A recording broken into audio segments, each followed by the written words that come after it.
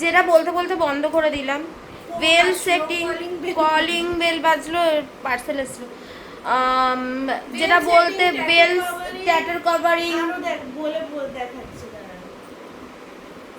উনি বলে, ওনার ফার্স্ট বক্তব্যই ছিল এক্সামের পরে যে ভালো স্কোর করবে তাকে ওনার ইন্টার্ন হিসাবে কাজ করবে। সেই এক্সামটা হলো কই? এখন সেই এক্সামটা আমি বলছি কেন হয়নি, কারণ সেই এক্সামটা হওয়ার জন্য আরো টাকা দিতে হবে। প্রথমে বলেছিল ম্যামের যে স্টুডিওটা আছে সেখানে হবে, তারপরে হঠাৎ করে একদিন গ্রুপে লেখে, সেই দিন মাথায় সব গ্রুপে কথা চলছে এবং গ্রুপে কথা, ম্যাম কিন্তু কোনো কথা বলে না, সেই অ্যাসিস্ট্যান্ট। ঠিক আছে, আমি বলছি এবার কি হয়েছে। সেই দিন ম্যামের অ্যাসিস্ট্যান্টের বা ম্যামের মাথায় আসেনি যে আমার স্টুডিওটা ঠিক এই ঘরের মতন, সেখানে একটা বিশাল বড় ভ্যানিটি মিরর রয়েছে। তো স্টুডেন্টরা বসে তার মডেলদের নিয়ে, মানে আটটা স্টুডেন্ট আছে, ওনার আটটা স্টুডেন্ট আছে, তাদের আটটা মডেল নিয়ে, মানে 16 জন মিলে এখানে কি করে কাজ করবে। তো এবার সেই বুদ্ধিটা অন প্রেজেন্ট আসেনি তার ঠিক আছে। এবার হঠাৎ করে একদিন এসে বলছে স্টুডিও বুকিং করতে হবে, স্টুডিও বুকিং করার জন্য আলাদা চার্জ লাগবে, মানে মডেল হায়ার করার জন্য আলাদা চার্জ, সবকিছুতে চার্জ, আলাদা চার্জ, মডেলের জুয়েলারির আলাদা চার্জ। আচ্ছা, তো তুমি যখন কোর্স ফিসটা নিচ্ছি, তুমি 40,000 টাকা না নিয়ে 1 লাখ টাকাই নিতে, আর কিন্তু বদলে সব প্রোভাইড করে দিতে। একটা ভ্যানিটির জিনিসপত্র প্রোভাইড করা হয়নি। যত বড় বড় সেলিব্রিটি মেকআপ আর্টিস্ট, পারুল গার্গ থেকে শুরু করে আরো যত সেলিব্রিটি মেকআপ আর্টিস্ট আছে, শুধু সেলিব্রিটি মেকআপ আর্টিস্ট না, আরো যারা মেকআপ আর্টিস্ট আছে যেমন নিশা মজুমদার, এরা যারা আছে, তারা অ্যাটলিস্ট একটা প্যাকেজ চার্জ করে, মতলব 2 থেকে 3 লাখ চার্জই করে। পোর্টফোলিও এক্সাম হয়, ওদের পোর্টফোলিও শুট হয়, সব কিছু হয়, ওদের সবটা আলাদা করে আর কোনো পেমেন্ট করতে হবে না, এমনকি থাকা খাওয়ার পয়সাটুকু ওর মধ্যে থাকে। আলাদা একটা পুরো ব্যাংকুয়েট বুক হয় যে ওখান থেকে সবাই এক্সাম দেবে, ওখান থেকে টাইম টু টাইম আসবে, সবাই থেকে ইয়ে করবে। একটা মেকআপ আর্টিস্ট আছে অমৃতা কর বলে, তিনি personal makeup artist, Salman Khan এদের কারোর একটা পার্সোনাল ম্যামই বলেছিল, এরা নাকি 2 থেকে 3 লাখ টাকা চার্জ করে প্যাকেজ সিস্টেমে। এটা হচ্ছে কথা। আর যেগুলো শেখায়নি সেগুলো আমি বলছি, এখানে পরিষ্কার করে লেখাই আছে যে এক্সাম কম্পালসারি, এক্সাম দিতেই হবে। সেই এক্সামই হচ্ছে। লেহেঙ্গা ড্রেপিং শেখায়নি, লেহেঙ্গা ড্রেপিং এর নামে একটা শাড়ি দিয়ে লেহেঙ্গা ড্রেপিং শিখিয়েছে।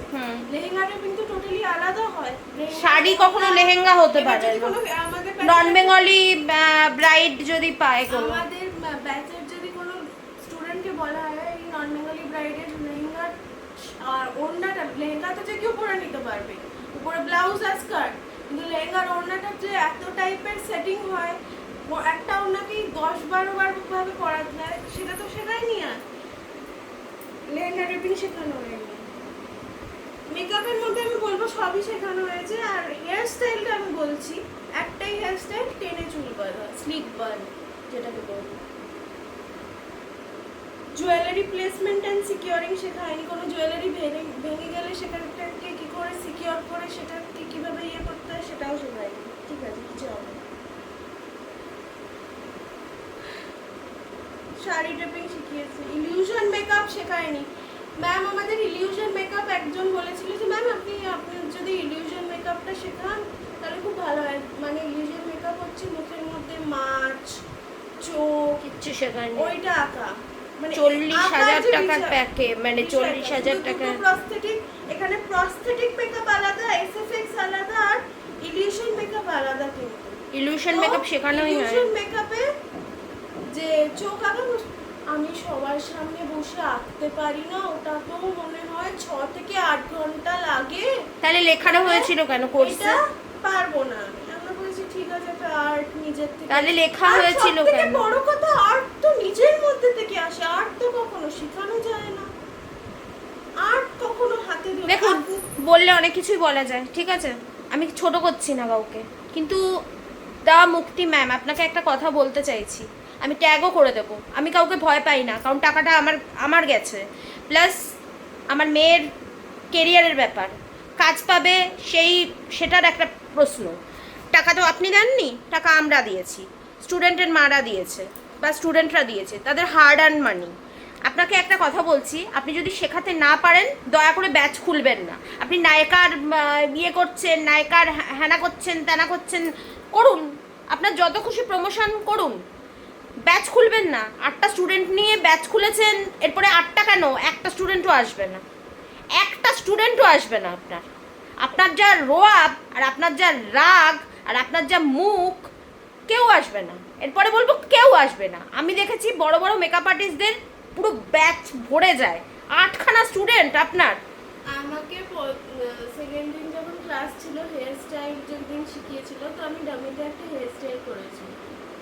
আমাকে লিটারালি ক্লাসে বসে বসে কেঁদেই দিতে হলো, কারণ কিছু পারো না, যাদের খিদে নেই তারাই কাজ করতে পারে। ভীষণ অপমান করেন উনি, ভীষণ অপমান করেন। একজনের একটা মেকআপ আর্টিস্ট হয়ে এত বাজে মুখ, এত বাজেভাবে অপমান করে লোকজনকে, স্টুডেন্টদের এত হ্যাটা করা। ওর গায়ের রং নিয়ে হ্যাটা করেছে, ওর গায়ের রং নিয়ে কথা বলেছে। তোমার মুখে তো এই আছে, তোমার মুখ, তুমি তো খুব কালো। হোয়াট দ্য হেল!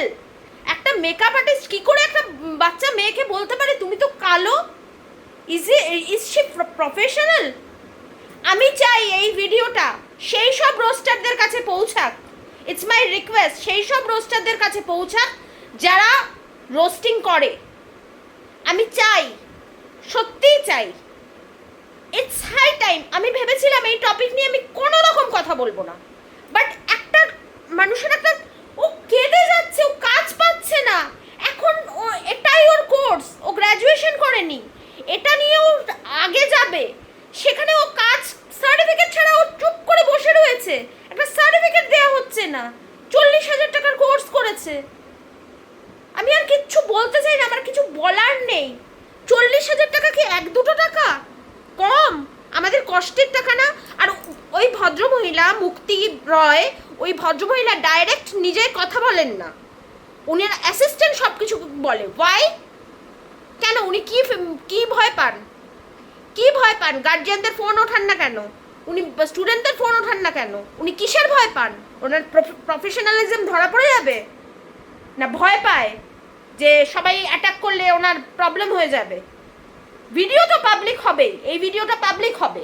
আমি জানি না কতজন দেখবে, কতজন দেখবে না, কতজন কি হবে, কিচ্ছু জানি না। কিন্তু আমি হাত জোর করে সবাই কাছে রিকোয়েস্ট করছি, দয়া করে, দয়া করে ওনার কাছে মেকআপ কোর্স শিখতে যাবে না, কেউ যেও না।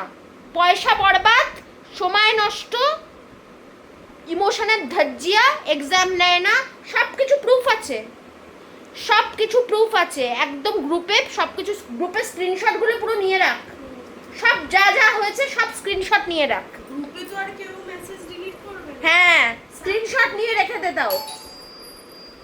এনিওয়েজ রাখছি।